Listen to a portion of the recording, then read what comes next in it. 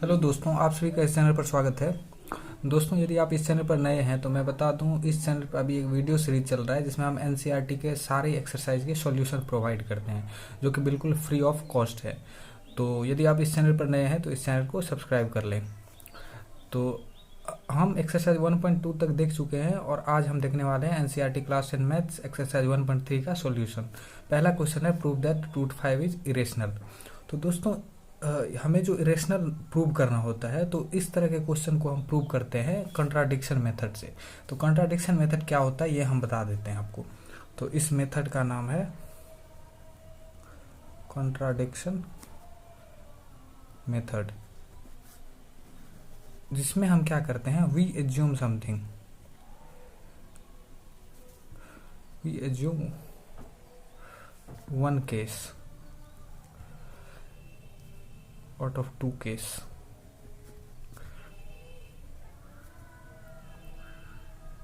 and prove our assumed case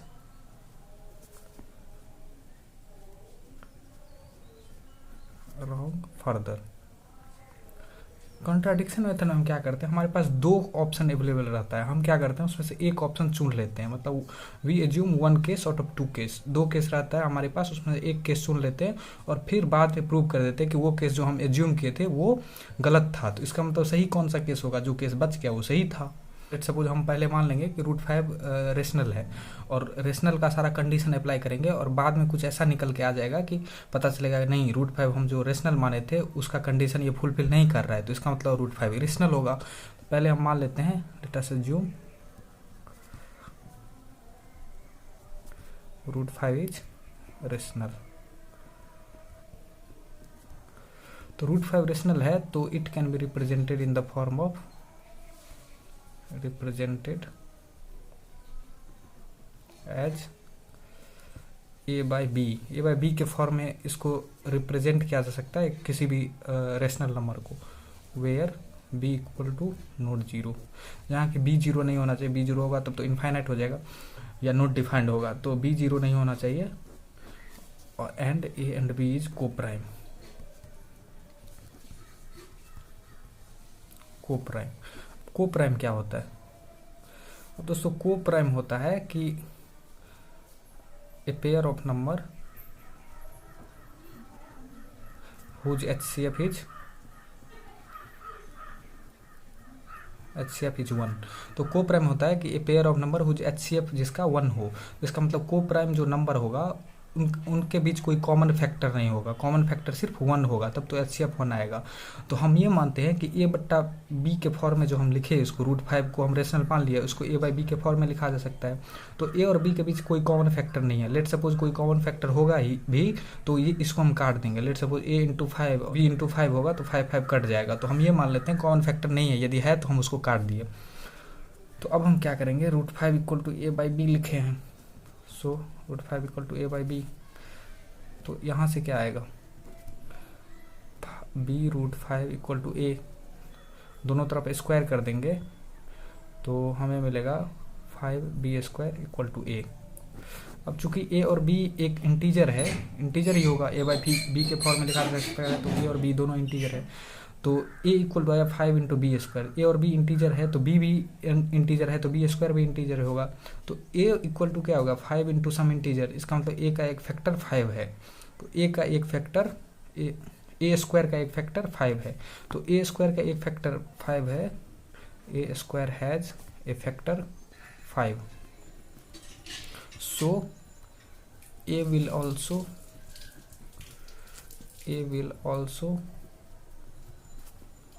have a factor 5। अब कोई भी नंबर a स्क्वायर है, let suppose a square something है, a square का फैक्टर यहाँ हम समझाने के लिए बता रहे हैं, a स्क्वायर को हम लिखते हैं a इंटू ए, और a स्क्वायर तो a का जो भी प्राइम फैक्टर होगा, 5 क्या है, एक प्राइम नंबर है, a का प्राइम फैक्टराइजेशन 2 इंटू 5 की, लेट सपोज, तो a स्क्वायर का क्या करेंगे 2 इंटू 5 और इसका भी इंटू 2 इंटू 5। तो लेकिन फैक्टर तो यही रहा, a स्क्वायर का चूंकि 2 5 है तो a का भी वही रहेगा, क्योंकि ए स्क्वायर को प्राइम फैक्टराइजेशन में लिखेंगे तो एक तरह से ए का ही हम 2 इंटू 5 लिख रहे हैं, उसका स्क्वायर कर रहे हैं। तो यदि कोई भी चीज़ ए स्क्वायर को डिवाइड कर रहा है, कोई भी ए स्क्वायर का फैक्टर है, कोई भी प्राइम नंबर, तो इसका मतलब वो ए का भी फैक्टर होगा।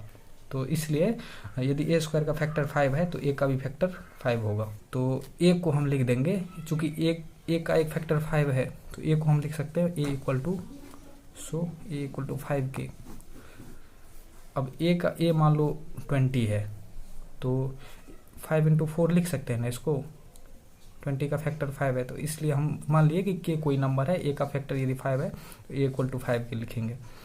तो इसलिए इक्वेशन पुट 2 लिखें यहाँ में, पुट 2 इन 1।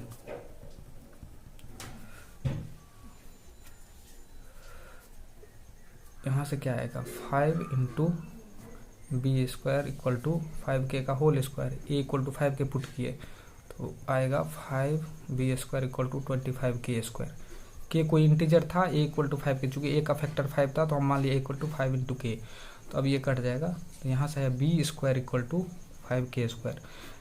चूँकि के एक इंटीजर था तो इसलिए के स्क्वायर भी एक इंटीजर होगा।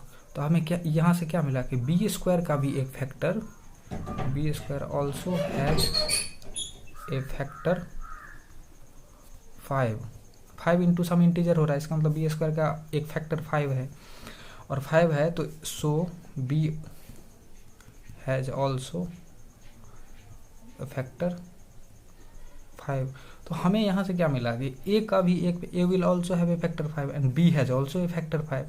तो ये तो हमारा स्टेटमेंट को कॉन्ट्राडिक्ट कर दिया ना। हम जो स्टार्टिंग में मान लिए थे कि ये को प्राइम है ए और बी, तो को प्राइम तो निकला नहीं, दोनों के पास 5 करके एक फैक्टर है।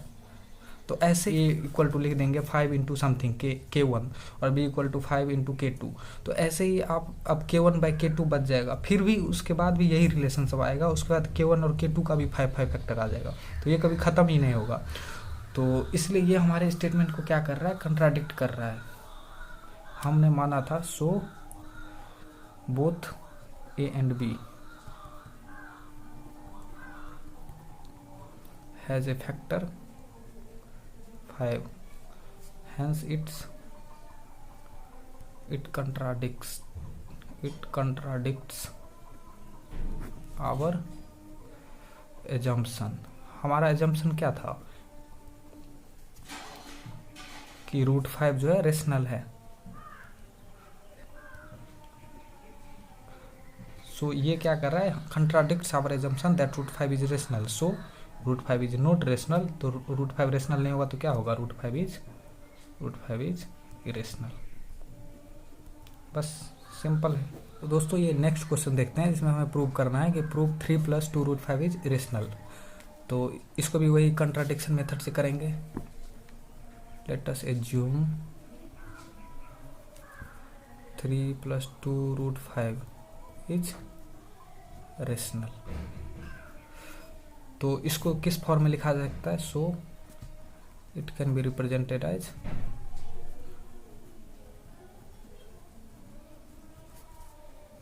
a by b where a बराबर not b and a and b is coprime. Coprime मतलब a और b के बीच HCF 1 है, मतलब कोई भी कॉमन इसका फैक्टर नहीं है। को प्राइम मतलब क्या कि ए और बी का HCF जो है 1 है, कोई इसके बीच कॉमन फैक्टर नहीं है। को प्राइम मतलब क्या कि ए और बी का HCF जो है 1 है और इन दोनों के बीच कोई भी कॉमन फैक्टर नहीं है 1 के अलावा। तो इसको 3 + 2 √5 equal to a by b. तो इसको हम क्या लिख सकते हैं, 2 √5 equal to a by b -3, और फिर √5 इक्वल टू लिख सकते हैं 1/2 इंटू a बाई बी -3। तो हम ये लिख सकते हैं। तो चूंकि a और b इंटीजर है, यहाँ पे a और b इंटीजर होता है जब हम इसको किसी भी रेशनल को a बाई बी के फॉर्म में लिखते हैं। तो a और b इंटीजर है तो a बाई बी रेशनल होगा, और a बाई बी -3 भी रेशनल होगा, क्योंकि rational minus rational equal to rational, और रेशनल को और 1/2 भी इधर रेशनल है। तो 1/2 को यदि आप रेशनल से मल्टीप्लाई करते हो तो ये भी रेशनल होगा, since a by b is rational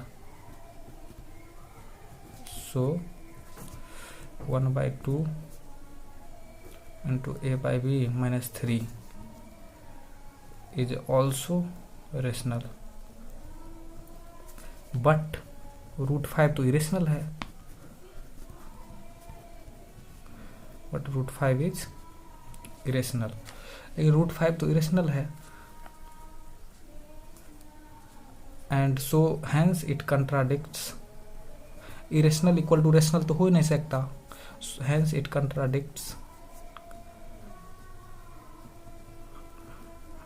our assumption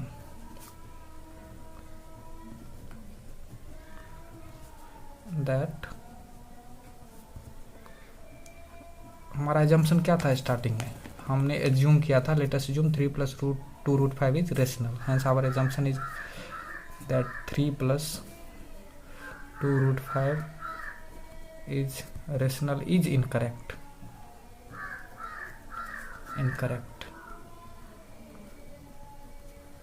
सो 3 + 2 क्या है, इज इरेशनल। अब ये थर्ड क्वेश्चन है, इसको हम देखते हैं जल्दी जल्दी। हमें प्रूव करना, prove that the following are irrational, तो हम इसको फर्स्ट को मान लेते हैं, एज्यूम 1/√2 इज रेशनल, सो इसको इस फॉर्म में लिखा जा सकता है, सो 1/√2 = a/b के फॉर्म में लिखा जा सकता है, that implies that b/a = √2, but here b/a is rational and √2 is irrational।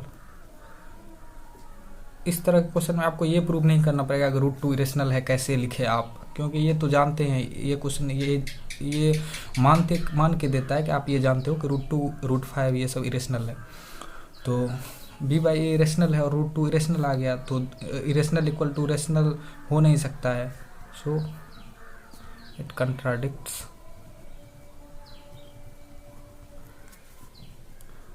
Our assumption, हमारा जो एजम्पशन था उसको कंट्राडिक्ट कर देता है, so 1/√2 is irrational. Second question देखते हैं इसका, थर्ड का सेकेंड, 7√5 लेट, हम इसको मान लिए कि ये रेशनल है, सो 7√5 = a/b, that implies that √5 = a/7b, a/7b is rational while √5 is irrational, so √5 can't equal to a/7b,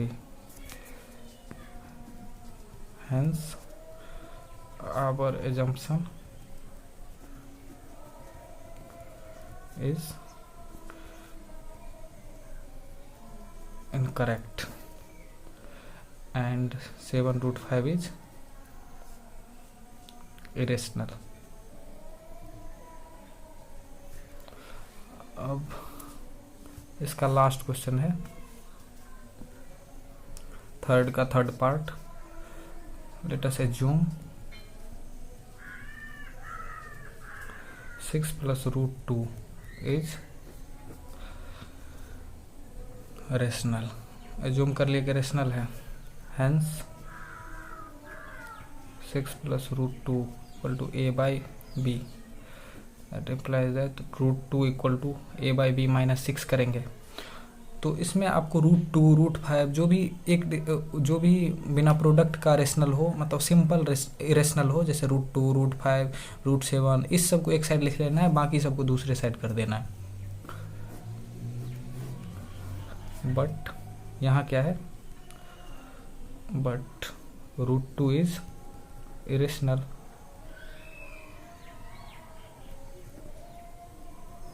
And a by b minus 6 is rational. Hence our assumption is it contradicts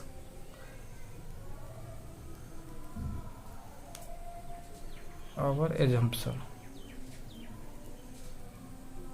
So assumption क्या था हमारा कि 6 plus root 2 is rational, तो इस assumption को contradict करता है, मतलब काटता है, मतलब उसको झूठा साबित करता है इस assumption को. सो हम ये अब मान लेंगे कि 6 plus root 2 is rational, irrational. तो कंट्राडिक्शन में यही होता है कि हमारे पास दो ऑप्शन है यहाँ पे, या तो रेशनल मानो या इरेशनल. हम रेशनल मान लेते हैं और आगे बढ़ते जाते हैं, और फिर एक ऐसा सिचुएशन आ जाता है जब हमें पता चलता है कि हमारा एजम्पशन गलत था, मतलब हमारा एजम्पशन गलत था, इसलिए हम फंस जाते हैं. कैसे फंस जाते हैं, जैसे देख सकते हो आप यहाँ पे इस साइड आ रहा है रेशनल, इस साइड आ रहा है इरेशनल. तो ऐसा तो कभी संभव हो नहीं सकता है कि रेशनल इक्वल टू इरेशनल हो जाएगा. तो इसलिए हम फंस जाते हैं तो हम बोल देते हैं हम जो सोचे थे वो गलत है, उसके अलावा जो केस बचा है वही होगा. तो यही होता है कंट्राडिक्शन मेथड. धन्यवाद.